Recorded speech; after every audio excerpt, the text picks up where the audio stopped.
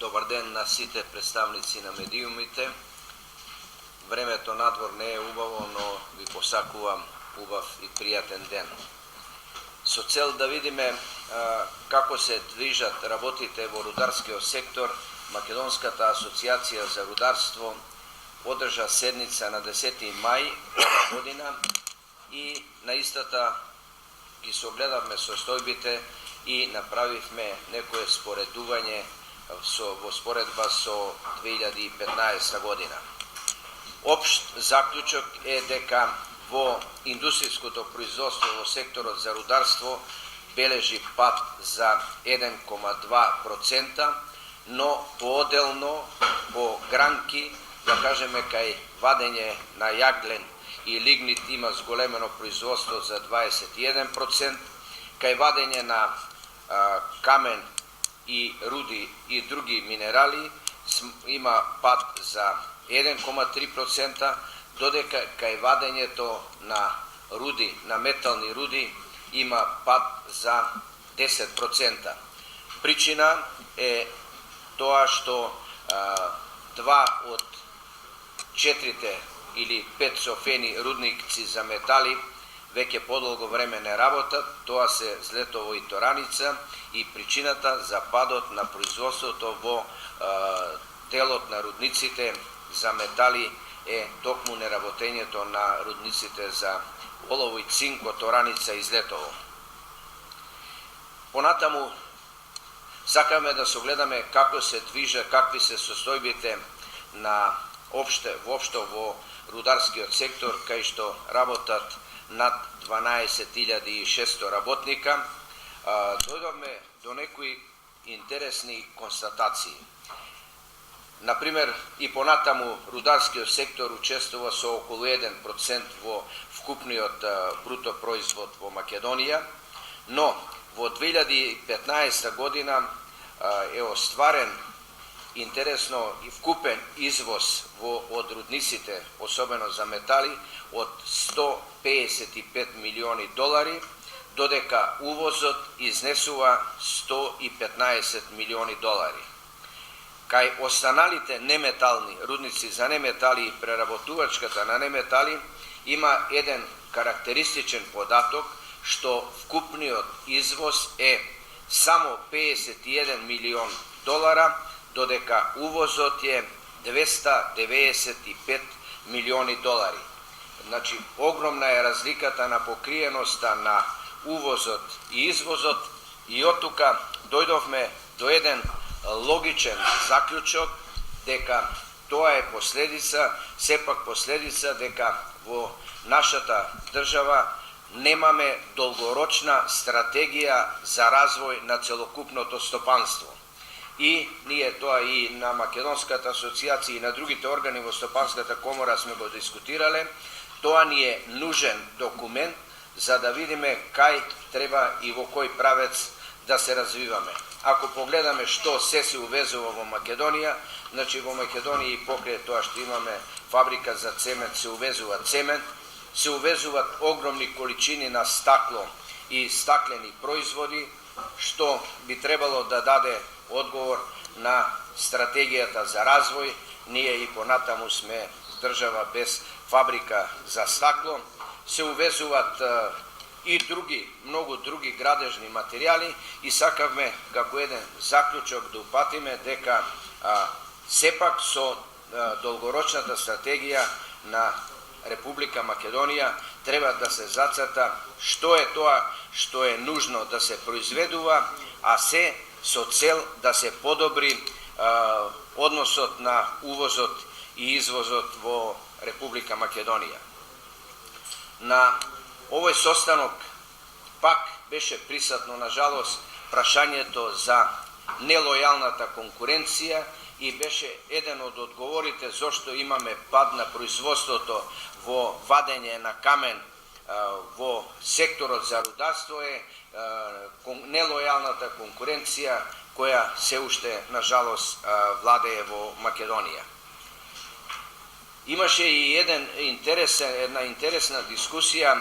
Ние познато е дека Македонија е богата со квалитетни мермери и дека квалитетните мермери се извезуваат, на жалост, се уште, дури и во поголема количина, како полупроизводи, како блокови, а никако да дојдеме до нивна финализација.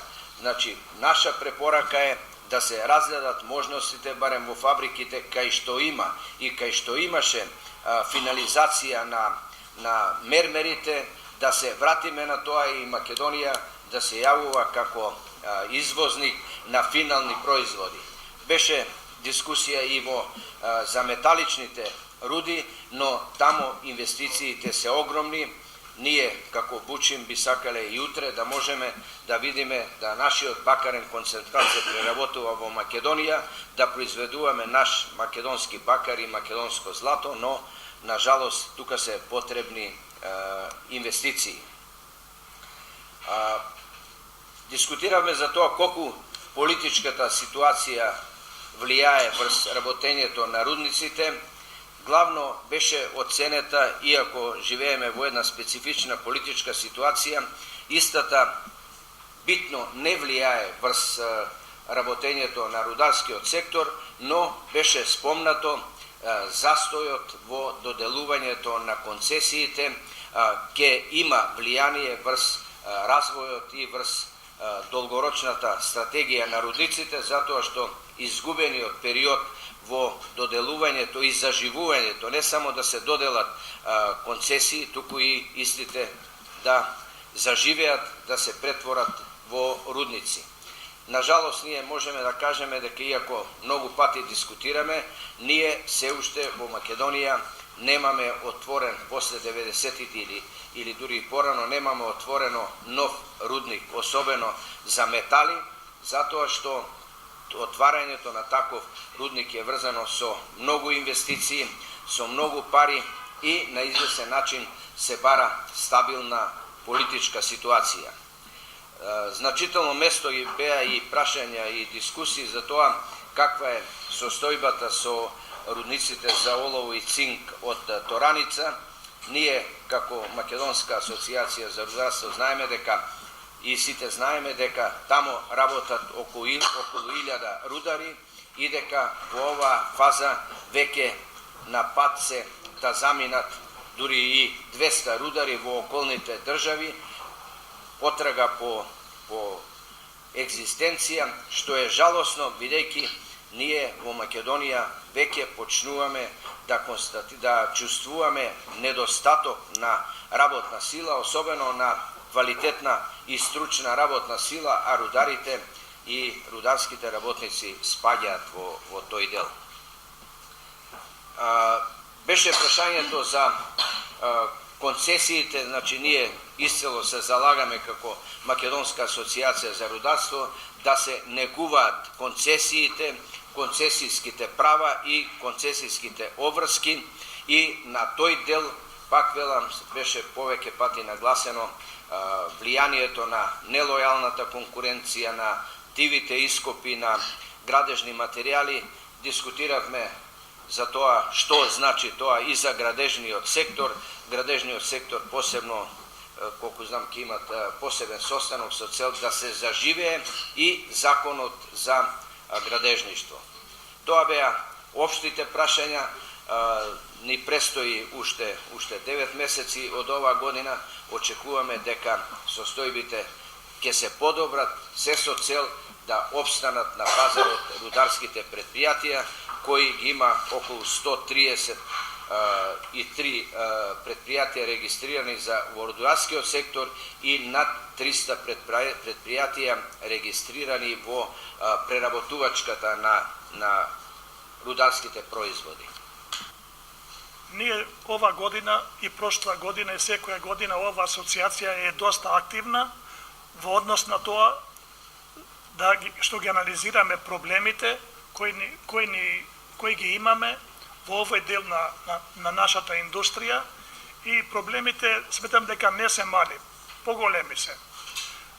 По моје лично мислење, сега влија и политичката криза на овие наши економски проблеми. Меѓутоа, јас би навел дека покрај другото ние Значи во рударството имаме проблеми и со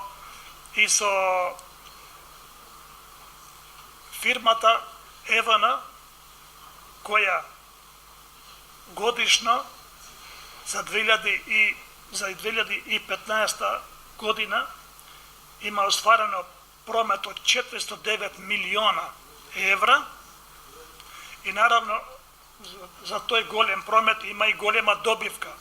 Значи, меѓу стопанствениците се зборува дека нивната добивка е околу 100 милиона, 110 милиона годишно, што сметам дека тука треба да интервенира и државата, затоа што ние имаме многу скапа, плаќаме многу скапа електрична енергија, а во однос на домаќинствата тамо може да има ефтини цени, али ние како стопанственици сме многу оптеретени и тамо има и други многу неуредности. Например, кај каменоломите, кога се прекинува електричната енергија, немаме редовно известување дека се прекинува и дека ќе немаме, ни остануваат бункерите полно со материјали и после губиме цел ден да ги расчистиме бункерите. И ред други грешки. Сметам дека тука треба државата да интервенира. Исто така, сметам дека на негативното работење на фирмите влијаат и тешките провизии на банките, тешките камати, кои сметам дека во иднина може да се влоши таа ситуација. Понатака имаме проблеми и со телефонијата која е многу скапа. Плаќаме најскапа телефонија на Балканот и тоа не се контролира и тamo има огромни профити, има и огромни, значи огромни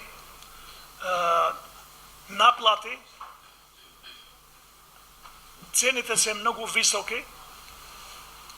Ова година и прошла година ние како асоциација за рударство сме делувале заедно и со групацијата за градежничко-пристопанската комора и сме се бореле да имаме што поквалитетни материјали по каменоломите кои се како база за производство на бетони и изградба на автопатишта, тротоари и улици. Сега на 31 мај ќе имаме пак состанок каде ќе се анализира ново донесениот закон за градежни материјали и на тој состанок ќе бидат поканети и дел од рударството и пазарната инспекција и другите инспектори за да вршат контрола на квалитетот на градежни материјали, од и тоа во последно време све повеќе ни заостанува. Така да имаме неквалитет кај многу врста на градежни материјали. Значи, апелирам до колегите кои имаат каменоломи да се припремат за контрола на пазарната инспекција и да го подобрат квалитетот. Исто така че има и нови прописи, нови измени во однос на лабораториски испитување на градежните материјали.